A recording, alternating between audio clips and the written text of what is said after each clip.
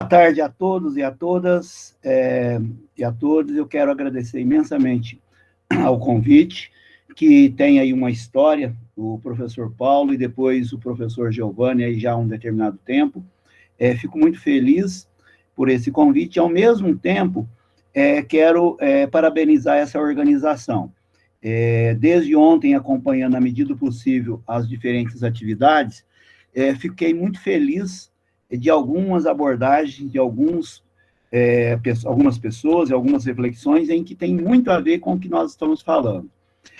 Neste caso, nessa mesa redonda de hoje, que, para mim, eu tenho a maior felicidade em reencontrar o professor Marcílio, que nós nos conhecemos lá em 2010, em Manaus, que para mim é um orgulho muito grande ter essa oportunidade de reencontrá-lo, ter a Flávia aqui fazendo parte, fiquei muito feliz na apresentação do trabalho dela, que há algumas conexões com que eu já faço e eu vou fazer abordagem, não vou ficar entrando em detalhes, inclusive já fiz até a solicitação aqui no chat, quero ler esse trabalho, porque me interessei por algumas coisas que a gente, quem sabe, aí no futuro a gente tem a oportunidade de fazer essas parcerias. Ao professor Marcílio, fiquei muito feliz, no caso de ver o trabalho dele, que eu já tinha uma noção, e tomara que chegue até nós, professor Marcílio, para a gente ajudar essas questões. Penso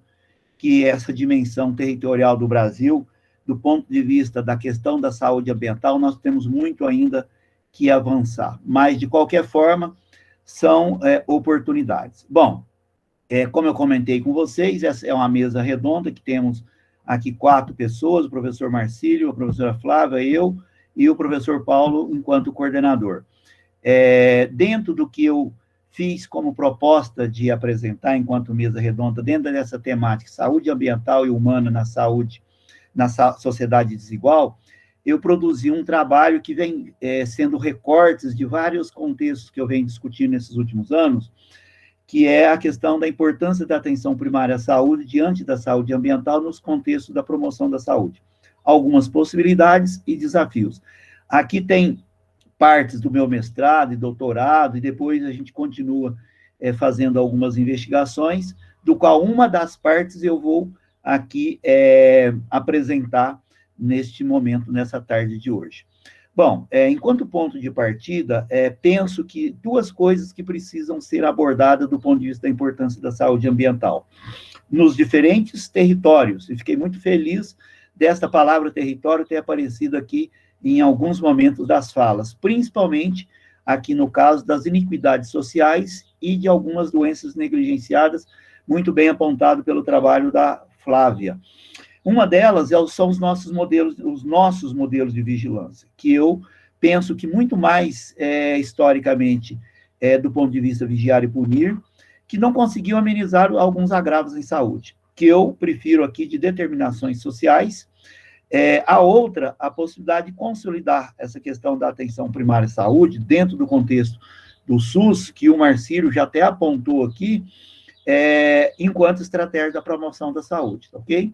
Bom, aqui eu trago o Walter Cassetti para 2 citações muito simples, mas que tem um impacto muito grande num trabalho dele, a questão de analisando o relevo enquanto apropriação. Num primeiro momento, ele diz que essa questão, num determinado momento da história da humanidade, o homem surgiu aí, segundo ele, no Pleistoceno, e essas forças produtivas transformam a primeira natureza em segunda natureza.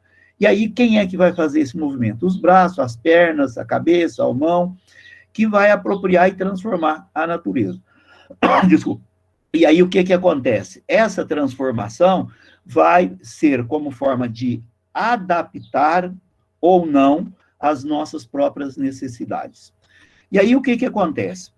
A minha fala ou as minhas falas, elas vão estar dentro de alguns contextos. Essa questão da saúde ambiental, que eu vou até dar um salto um pouquinho, o Marcílio já apresentou, e eu não tenho esse enfoque do ponto de vista institucional, mas muito mais conceitual, mas eu fico muito contente com o que ele já apresentou, os modelos de vigilância, questão das determinações sociais ou determinantes sociais de saúde, questão das doenças negligenciadas, atenção primária e a questão da promoção da saúde.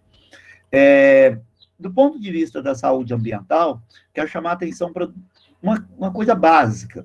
É um trabalho de duas autores aqui, referente ao próprio governo federal, do Ministério da Saúde, que caracteriza as diretrizes no campo da saúde ambiental sobre duas dimensões: promoção da saúde e avaliação de risco voltado para as adversidades ambientais que interferem na nossa saúde. Então, para mim, aqui já está um marco que é muito significativo, do ponto de vista do que a questão da saúde ambiental precisa ser pensada muito ainda, ela é pensada, e penso que nós já avançamos, mas nós temos que avançar muito do ponto de vista dessas adversidades ambientais, principalmente quando nós trabalhamos com a questão de alguns determinados fatores físicos, químicos, biológicos, sociais e psicológicos. E o Marcílio apontou aqui, por exemplo, os agrotóxicos. Ele mostrou lá, onde assim, os momentos das vigilâncias e os ambientes que ela trabalha. Então, para mim,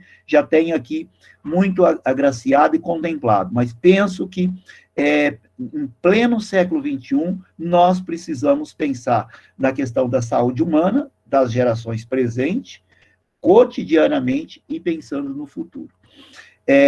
Mas nós precisamos voltar nas histórias. E aqui tem dois momentos da história. Uma é o trabalho do Hipócrates, que lá, o famoso médico, 480 anos antes da nossa era, na sua célebre obra, dos Ares, Águas e Lugares, que num livro do Samuel Pessoa, um livro muito interessante, quem quiser, isso o Hipócrates, quem quiser investigar devidamente a medicina, se nós substituirmos para enfermagem, geografia, matemática, português, vai por aí afora, deve proceder da seguinte maneira: observar as estações do ano, os ventos, a qualidade das águas e a posição do sol. Nós aqui do Triângulo Mineiro estamos vivenciando uma situação, do ponto de vista da umidade relativa, das queimadas, da questão dos recursos hídricos, como muitos outros lugares, que, assim, parece que nós estamos num outro planeta. É muito interessante. Então, nesse caso, de observar as estações do ano, os ventos, qualidade das águas, posição do sol, quer dizer, o Hipócrates já colocava isso lá atrás. Então, estou pensando aqui do ponto de vista da saúde ambiental. E aí, para jogar um pouquinho de pimenta nas nossas discussões, eu trago aqui o Michel Foucault, em que ele vai trazer, na sua obra célebre, ou na sua célebre obra, Vigiar e Punir, Microfísica do Poder, ele vai trazer algumas reflexões aqui, dessa questão da medicina urbana, a questão da fiscalização, da vigilância como um todo. Ele vai colocar algumas coisas que me chamam a atenção quando ele coloca da questão do objetivo da medicina urbana, em relação à análise das regiões de amontoamentos, confusão e de perigo no espaço urbano. E aí ele vai colocar que o controle da circulação, não da circulação dos indivíduos, mas das coisas ou dos elementos, essencialmente do ar e da água. Mas é interessante que penso que há um controle dos indivíduos. E aí ele coloca num trabalho da questão dos health services, lá na Inglaterra, em 1875, foi criado esses profissionais para controlar a vacinação, organização do registro das epidemias e das doenças e localização dos lugares insalubres. Muito interessante. A revolta da vacina não é por acaso. Essa pandemia parece que ela circula por meio dessas três situações aqui apresentadas pelo Foucault. E aí, do ponto de vista da saúde ambiental, a gente tem essas questões. Do ponto de vista da saúde ambiental e da vigilância, eu quero trazer um enfoque para dois contextos, vamos dizer assim. Um deles do modelo biomédico hospitalocêntrico, que vai lá no Flexner, do Abraham Flexner, como referência.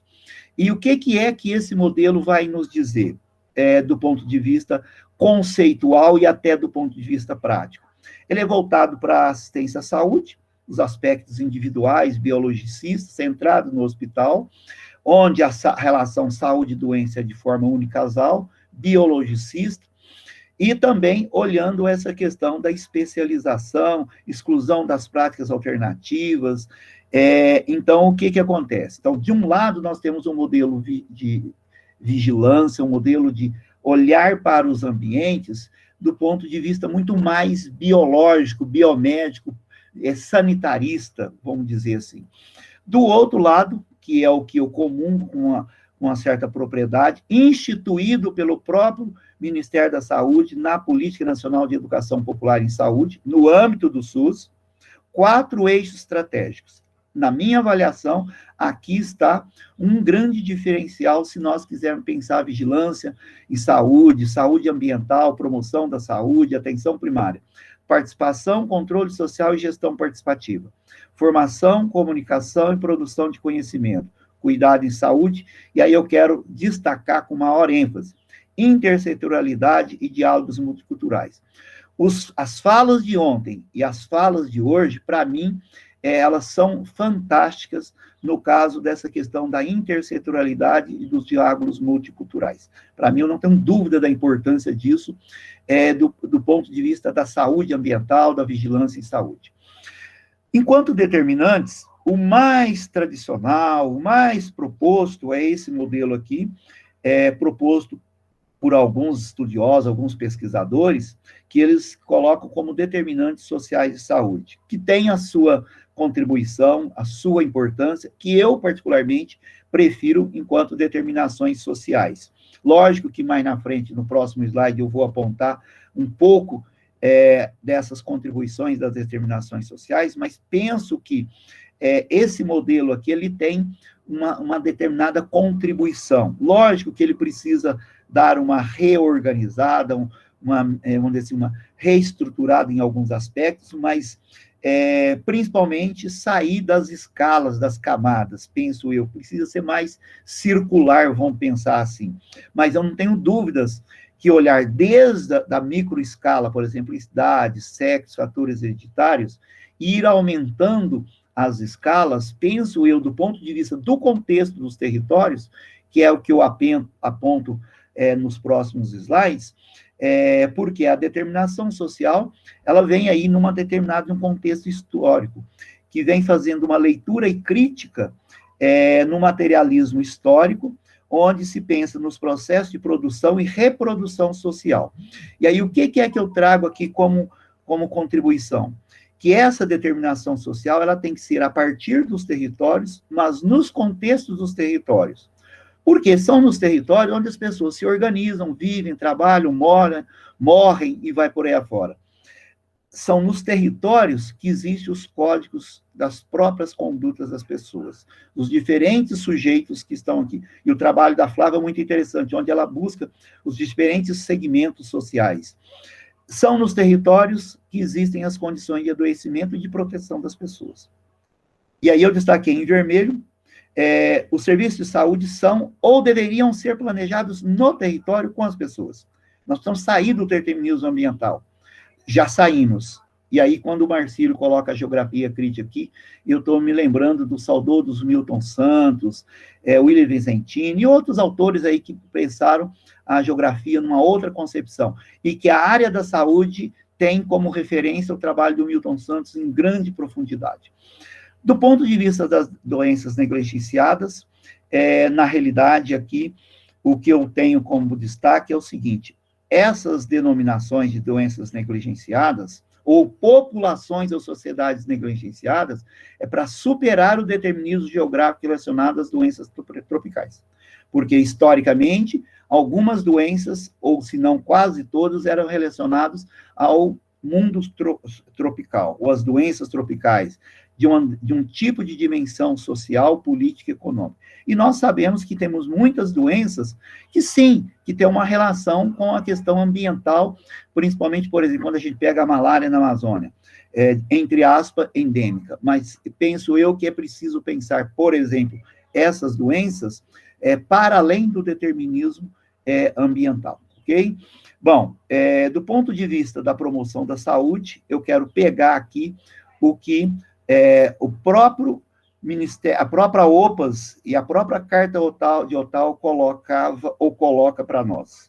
Estabelecimento de políticas públicas saudáveis, criação de ambientes e entornos saudáveis, empoderamento e ação comunitária, desenvolvimento de habilidades pessoais e reorientação dos serviços sociais. Aí eu volto lá naquele slide da educação popular em saúde.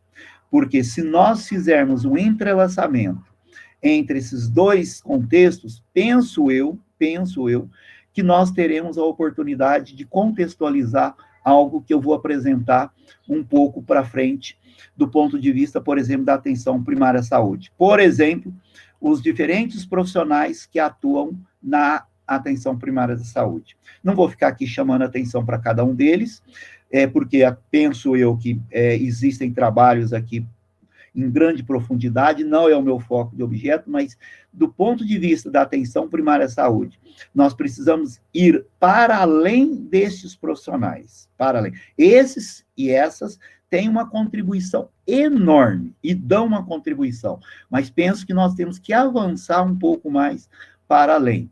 E aí, o que eu trago aqui como ações? Eu vou apresentar um pouco do que eu faço, mas eu quero chamar a atenção aqui o que o Paulo Freire diz. É fundamental diminuir a distância entre o que se diz e o que se faz, desde que em um determinado momento, num dado momento, a tua fala seja a tua prática. E dia 19, Paulo Freire, se tivesse vivo, faria 100 anos, que temos comemorações para o mundo todo, por aí afora. Então, eu trago essa fala do Paulo Freire para mostrar o que eu faço.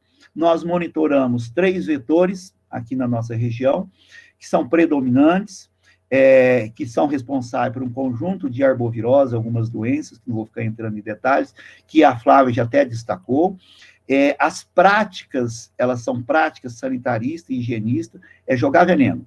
Então, é matar o mosquito que resolve o problema. É uma verdade, mas é uma verdade que não tem mais consolidação política, principalmente. O que nós fazemos? Nós utilizamos uma armadilha chamada ovo-trampa, nós instalamos elas no Instituto Federal, aqui do Triângulo Mineiro, no Campus Santa Mônica, aqui em Uberlândia, e numa associação de recicladores.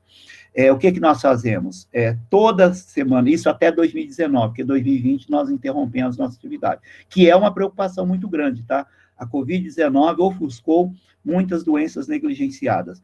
Então, nós temos um grupo de estudantes, desde o ensino médio, técnico e da graduação, fazendo parte dos projetos de extensão de pesquisas, como bolsistas, que participam da nossa... Nós vamos para campo para monitorar as ovitrampas.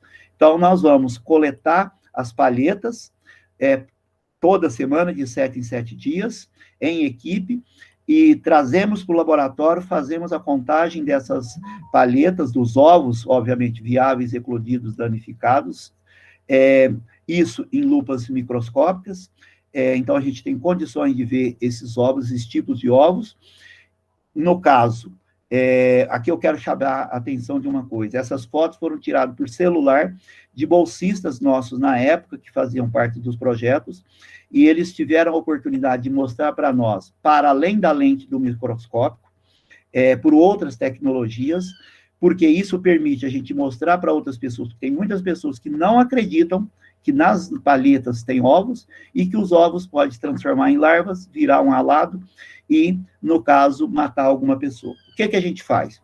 Nós vamos para onde for possível, para onde a gente nos convidam para participar. E a gente também nos autoconvida a levar as nossas atividades. Então, crianças, idosos, jovens, velhos, todas as pessoas que a gente tem a oportunidade de levar ao trabalho, a gente mostra o ovo, a larva, o mosquito, a gente leva o nosso trabalho para a comunidade. Aqui fazendo um link com a música do Milton Nascimento, o artista tem que ir aonde o povo está. Eu não sou artista, gosto de fazer artes, mas ainda não chego a essa dimensão de fazer esse trabalho. Mas então a gente leva os nossos trabalhos para diferentes segmentos sociais, para que as pessoas tenham a oportunidade de ver o que a universidade faz de pesquisa. Então, de dentro para fora. Aí, em alguns momentos, a mídia nos procura, ou a gente procura ela em alguma situação, para divulgar o que nós fazemos. Então, eles procuram e a gente procura também. Então, é a divulgação nas diferentes mídias. Uma atividade que, na nossa avaliação, tem dado muito significado, muito sentido, dado o contexto, a questão dos desenhos das escritas. Isso, para nós, é uma satisfação em a gente fazer um trabalho antes, durante e depois. Então, a gente pede para as pessoas desenhar e escrever, sem a gente mostrar e falar muita coisa, depois a gente mostra, eles desenham de novo, e depois eles fazem de novo, e a gente tem essas discussões. Então, de uma maneira articulado, do ponto de vista dialogado. Essas fotos aqui eu quero chamar a atenção para uma coisa. Lá na Associação de Recicladores, em que há um acúmulo muito grande de resíduos dentro e fora do galpão, e o trabalho que nós fizemos foi o quê? Uma área muito interessante, conseguimos, por meio de diferentes atividades, tirar boa parte desses resíduos que estavam acumulados de forma totalmente inadequada e transformar numa horta. Então, do ponto de vista da mobilização social, penso que foi um trabalho muito, muito significativo, muito representativo, com os catadores, que hoje de manhã, uma orientanda minha, a Cristiane, apresentou um pouco desse trabalho, nessa questão do trabalho dos catadores, enquanto percepção e representação ambiental. Fechando aqui. Do ponto de vista das questões ambientais, na história da humanidade, o homem sempre esteve ligado a essas questões ambientais. Não vou ficar entrando em detalhe. Ele domesticou plantas, animais e o próprio homem. Inclusive, o próprio corpo, as nossas próprias mentes. E o que acontece? Essas relações potencializam o que denominam de saúde ambiental. Mas, afinal, a quem interessa a saúde ambiental? A todos? Todas? Todas quem? E aí eu penso que as nossas práticas culturais, por meio de uma boa comunicação, onde a educação, enquanto estratégia mais libertadora, elas nos proporcionam salubridade e equidade para todos. Então, estas são algumas referências. Obrigado, eu agradeço, e muito obrigado.